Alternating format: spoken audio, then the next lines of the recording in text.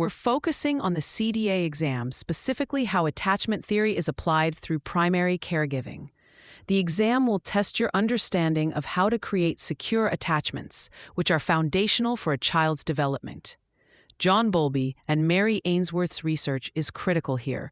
They established that a child with a secure attachment uses their primary caregiver as a secure base from which to explore the world. On the CDA exam, you won't just be asked to define this. Instead, you'll get scenario-based questions. For instance, a question might describe an infant who is hesitant to play with new toys until her teacher sits on the floor nearby. This demonstrates the concept of a secure base in action.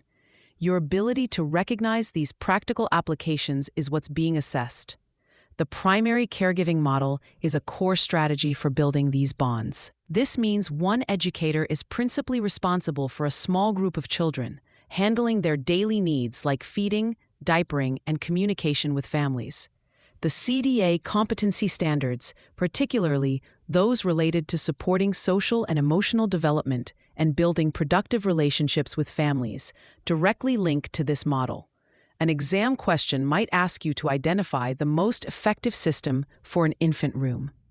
The answer that describes one teacher being the main point of contact for a few specific infants is embodying the primary caregiving principle.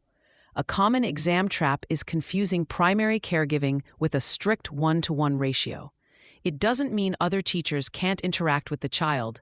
It means there is one person who is the expert on that child's needs and cues.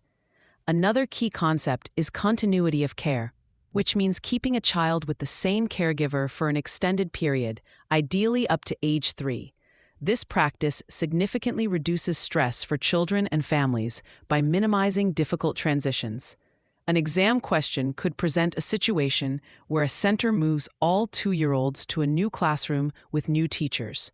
Your job is to recognize this as a disruption to continuity of care and understand its negative impact on attachment. The exam will also heavily focus on daily routines. Greeting a child warmly at arrival, preparing them for separation from their parent, and maintaining consistency are all testable actions. A frequent misconception tested is whether parents should sneak out to avoid a tearful goodbye.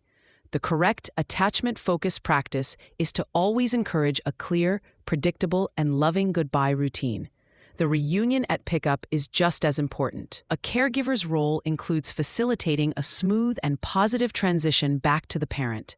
To remember these crucial interaction points, think of the acronym CARE. C is for consistency in routines. A is for acknowledging feelings during hellos and goodbyes. R is for responsive interactions throughout the day. And E is for emotional availability, being that secure base.